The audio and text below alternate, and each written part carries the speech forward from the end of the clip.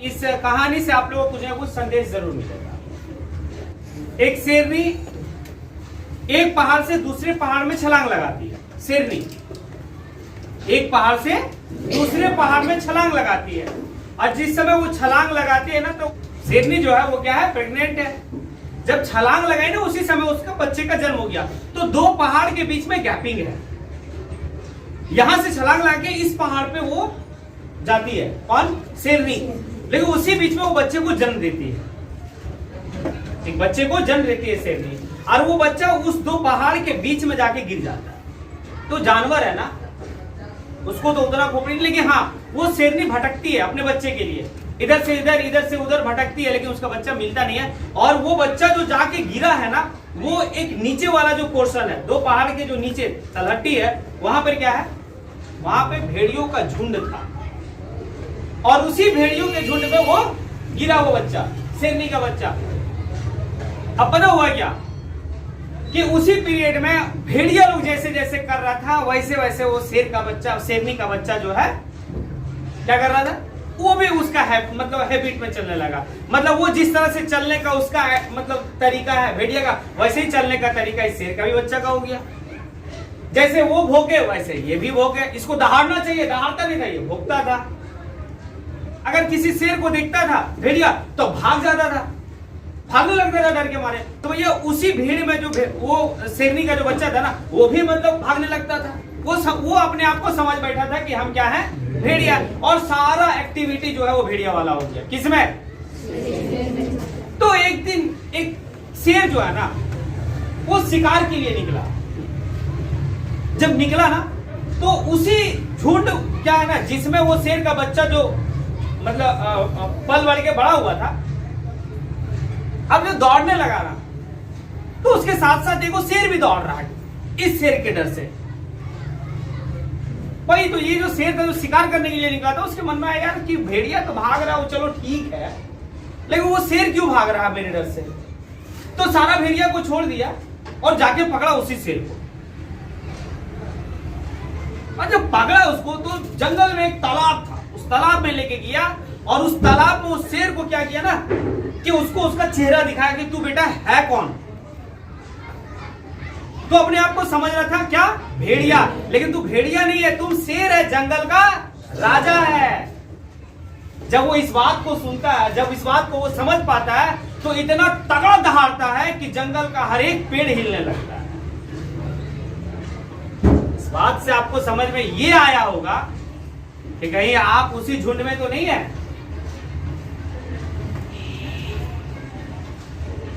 उसी झुंड में तो नहीं है ना। आपको अपने आप को पहचानना होगा कि तुम हो क्या, वरना भेड़िया वाला लक्षण रहा तो जीवन में कुछ नहीं कर पाओगे। क्योंकि तुम्हारे दोस्त होंगे, तुम्हारे फ्रेंड होंगे, जो कभी कभी आपको कहते हो चलो आज हम लोग चलते हैं फलाना ये करने के लिए, ठिकाना ये करने के लिए। कुछ नहीं है जीवन में।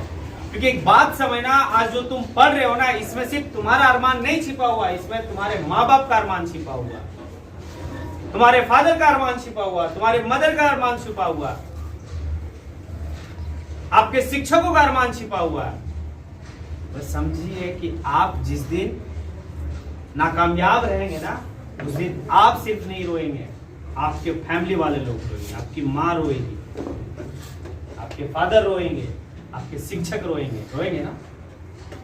उनको आंख वाली आंसू नहीं, यहां से क्या लग रहा है, आप जिस स्कूल में पढ़ रहे हैं, अगर आप अच्छे रिजल्ट नहीं देंगे तो आपके टीचरों को मन में तकलीफ नहीं होगा? बिल्कुल होगा। इसीलिए आपको मेहनत करना होगा।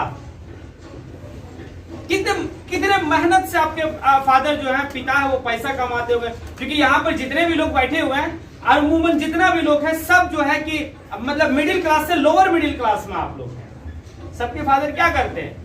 कोई बंबई में जो है मजदूरी कर रहे हैं, कोई मेसन राजमिस्त्री का काम कर रहे हैं, कोई गाड़ी चला रहे हैं, यही ना कर रहे जी, कोई खेती कर रहे हैं।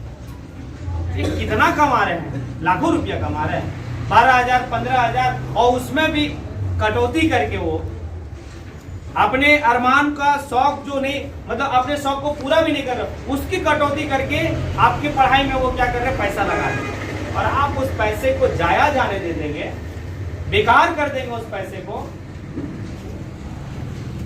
जीवन में जो है ना कभी अपने आप को माफ नहीं कर पाएंगे। और एक चीज तो है, तय है, इस चीज को मान लीजिए, आप लोग दिमाग में गांठ बांध लीजिए कि आप हमको धोखा दे सकते हैं, अपने दोस्त को धोखा दे सकते हैं, चलेगा, अपने माँ बाप को धोखा, लेकिन आप अपने आप को जिस दिन धोखा दिए ना, फिर जीवन में आप कभी भी जो है सक्सेस नहीं करेंगे। अपने आप से धोखा का मतलब जानते हो ना? माँ बाप भेज रहा तो पढ़ने के लिए, माँ बाप पैसा दे रहा पढ़ने के लिए, और तुम पढ़ ही नहीं रहे हो, दैट मीन्स तुम अपने आप को एक कमिटमेंट करें आप लोग कि सर मैं अपने लक्ष्य को पाने के लिए कि मैं हर एक चीज को मैं क्या है कि बाखूबी निभाने का काम करूंगा, मैं सारा एफर्ट लगाऊंगा। आप कमिटमेंट करें, करेंगे आप लोग कमिटमेंट? करेंगे आप लोग कमिटमेंट? क्योंकि आपके फादर कितना मेहनत से पैसा कमाते होंगे। आज कमिटमेंट आप लोग कीजिए कि आप लोग अच्छे रिजल्ट देंगे, आप लोग अच्छा करेंगे अपने जीवन में, करेंगे? आवाज तो नहीं आ रहा, करेंगे आप लोग? चलिए अच्छी बात है, कीजिए आप लोग, ठीक है। और ये कोई मतलब बेकार वाली बात नहीं है। एक बार अपने से अपने माँ का एक बार चेहरा जरूर देखना, और अपने फादर का भी चेहरा जरूर देखना। जब आते होंगे ना, जब खटते होंगे तो चेहरा जल जाता होगा। ब्लड से वो जो कहते हैं ना, खून पसीना की कमाई, वाकई में खून और पसीना की कमाई होता है माँ बाप। आपको भी किसी भी तरह का कोई एहसास नहीं होता होगा, नहीं होता ना?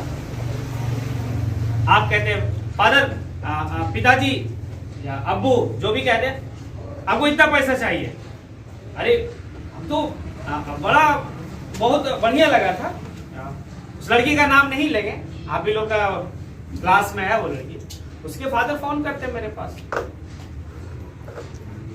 ठीक है, बोलते आज मेरा बेटी का जन्मदिन है, बात कराइए।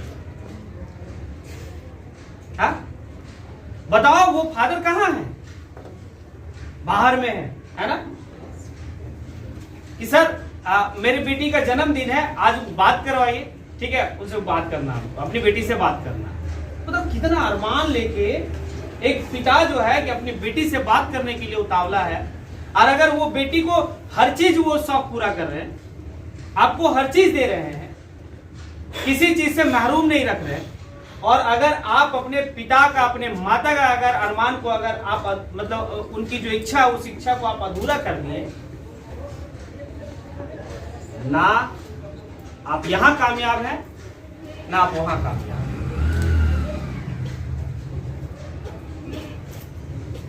समझ रहे हो ना बात को हम क्या कह रहे हैं? इसीलिए अपने आप को अगर आप कामयाब, सक्सेसफुल होना देखना चाहते हैं